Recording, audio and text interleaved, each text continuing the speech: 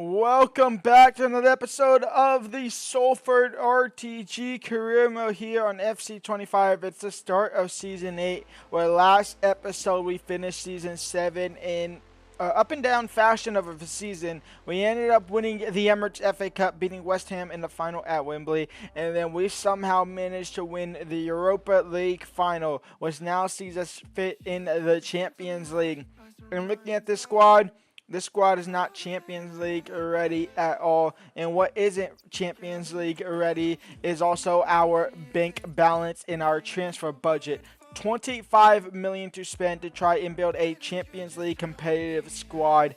It is going to be close to impossible to do. Whoa, it's going to be close to impossible to do that.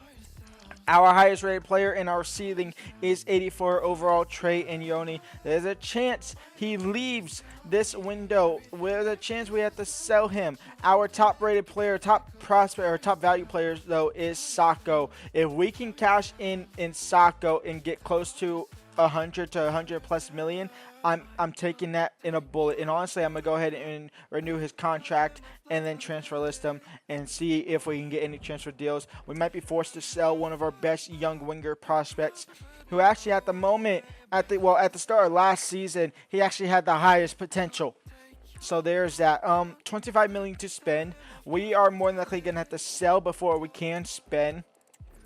My preferences is obviously we're going to have to find a new left winger if we sell Sako, which I think we can do that for relatively cheap. I want to bring Katago on a permanent deal at right back. I want to find a new left back for Harry Moss, so we could look to sell Harry Moss. Irapenda could be sold, Garcia can be sold, Cuevas can be sold, and honestly, we did go ahead and loan in Agiai off camera. This was one of the things that it was a player glitch thing where it was negotiated but then like kind of declined and then just stuck in my objective list. So I went ahead and just try and get rid of it, and then he came into the club. Honestly, he's a good enough backup right winger, so you know what, sure, we'll keep him in on loan for the rest of the season. Why not? We bring in Asmael Arias into the squad, a backup left back. It might be time to bring in some more pregens into the squad. He comes into the squad, 76 overall left back. We say goodbye to Raymond Hendricks. He's off to Leeds United for 12.3 million. And he is gone. Didier Sako is gone from Salford. It's finally happened, but unfortunately it feels like a forced move. We just needed the money. He's the most highest value, so we sell him. And honestly, these clubs have accepted values of him. The board said I can get max, or the range was like 78 or whatever, or 85, something like that, up to 120. That was it. We had two transfers, one from Atalanta, one from Newcastle. We got Newcastle up to 135, instantly accepted. We got Atalanta 140, instantly accepted. So for 135 million, he is off to Newcastle United. It's a C thing. They think we could have got 26 more million. Well, why didn't you say that when the board? Why didn't the board say that at all? But with that, we are up to 116 million in the transfer budget.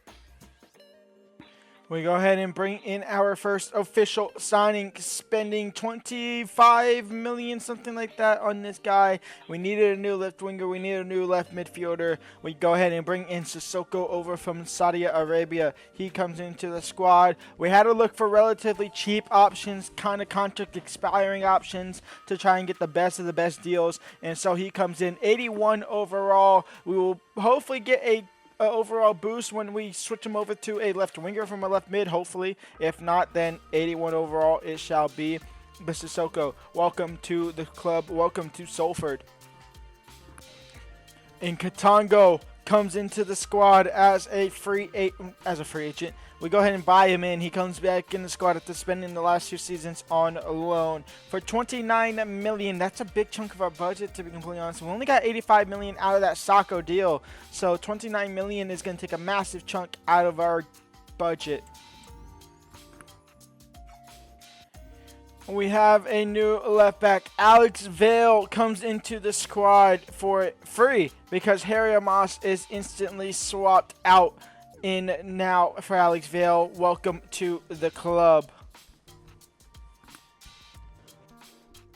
We go ahead and bring in a right winger that will compete for Savelte in that starting 11 spot. Cole Campbell, the American, will join for 20 odd million. Welcome to Salford. Welcome to a brand new Champions League squad.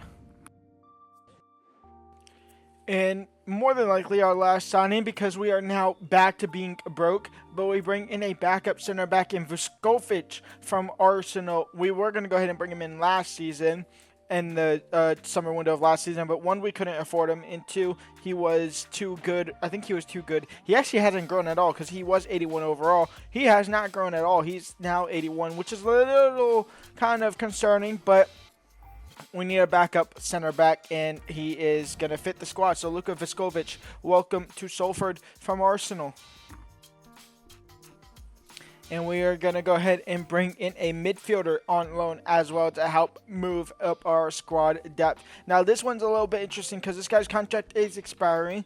We obviously couldn't afford to sign him. And with the game and them signing pre-contracts before you get to December or January where you can sign a pre-contract, we actually did the loan to buy glitch to bring him in on a free come the end of the season. So he is technically on a loan to buy to come in on a free at £0 for next season. It is what it is. We wanted to. It was honestly going to bring him in on free anyway, or try to. Michael Yadagazi. What the hell did I just say? Miguel is coming into the squad as a backup center mid, center defensive mid. I say backup. There's a chance he starts over Federico, in all honesty, because he is 83 overall. There's a chance he starts instead of Federico, and probably he will start instead of Federico. And there's a chance we actually sell Federico to West Ham at the moment. Our first 5 games of the season, by the way, we have the Community Shield versus Man City, the Super Cup versus AC Milan, and then Newcastle, Everton, and Man United in our first 3 of the Premier League. We're going to go ahead and quick sim the Community Shield and the Super Cup. We don't care about either one of them. We want Premier League action, and we go ahead and win on penalties in the Community Shield. And then quick sim here against AC Milan in the Super Cup. We lose on penalties that time. Our first game of the Premier League season, where this season we hope to be more defensively sound. Hopefully we do. With the signing of the keeper last season in January, we actually were somewhat more defensively sound in a relatively good stand of points, but now it's time to put our new back line into focus and hopefully pick up our first 3 points of the season on our quest for top 4 through the Premier League. We want to get Champions League football next season through the Premier League, not through European competition, aka the Europa League. Although it is great, I do not expect to actually go through that far in the Champions League. I expect to be in the playoff run, and honestly, I expect us to be fighting for Champions League playoff football, in all honesty, with the type of squad we have. I think we have done well in this little bit of a transfer window. Obviously, Sako, losing on him. He actually starts in his first game against us. Is right. Sako obviously going to Newcastle United. We are playing against him, so he might have something to prove here. But for now, we must focus on the task at hand. Katongo gets back in the starting lineup. Alex Vale, Miguel gets his first start. Cole Campbell gets his first start. Sissoko, who's up to 82 overall at left wing. Let's see what we can do. Here we go. Premier League of football. Miguel into Sissoko. The new boys are already linking up together. Inyoni. Mark Banal, we haven't had a concrete transfer for him. And Yoni into Sissoko, into Pal Victor. He takes a tumble. He'll find Cole Campbell. And Cole Campbell on his left foot has the first goal of the season under new colors for himself. Salford take the lead in the first 10 minutes of the game. Mark Banal crossed in. Pal Victor, no. Second ball. I don't know who it is. Why did he not... Why can I not speak English today? Why did he not shoot that first time?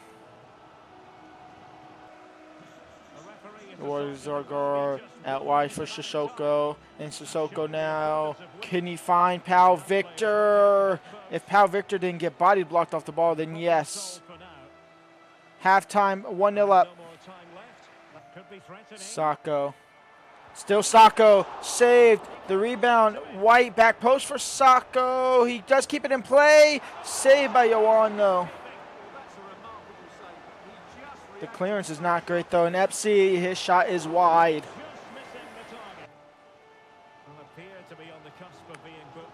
Mark Brunel.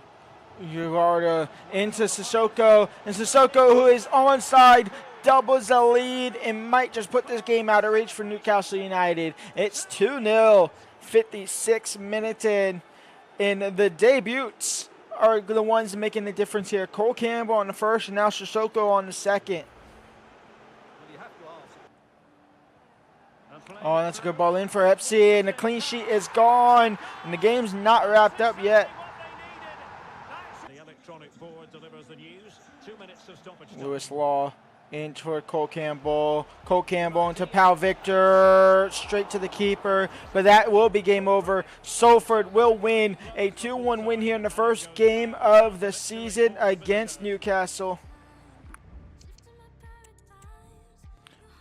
We're going to go ahead and quick sim this game here against Everton and pick up a 2-0 win. Pal Victor with a brace. Good win there. I honestly just want to see our Champions League phase games. That's where I'm kind of getting to at this point at the moment. And so we did go and quick sim a game here against Manchester United. We lost 3-1. It's fine. Let's take it. We also won Huddersfield 3-1 as well. Our Champions League opponents, we start off against Dynamo Zagreb and then AEK Athens. We then have an away trip to Borussia Dortmund in November, AS Monaco and Celtic. So far, we're getting relatively lucky here. And then in December, we have RB Salzburg. This is looking doable. And then in January, we do face off against Real Madrid. And then we wrap it up against FC Porto. But I think by the time we get here with these opponents, we could be in the playoffs. Obviously in the playoffs, yes. But we could be in the top 8, which is interesting. I think Dortmund is the hardest game until we get to January, and obviously Real Madrid. So it's Real Madrid and then Borussia Dortmund. But there's a chance we could be top 8. I don't want to say solidified top 8, but there's a chance we could be strong favorites to get out of the Champions League and not have to play the playoffs. So maybe the Champions League round 16 is an option. Well then, I will see y'all for next episode where we have obviously Champions League kicking off, Tottenham in the league as well, Brighton in the Carabao Cup. Some more action there. Leave a like, subscribe, and peace out.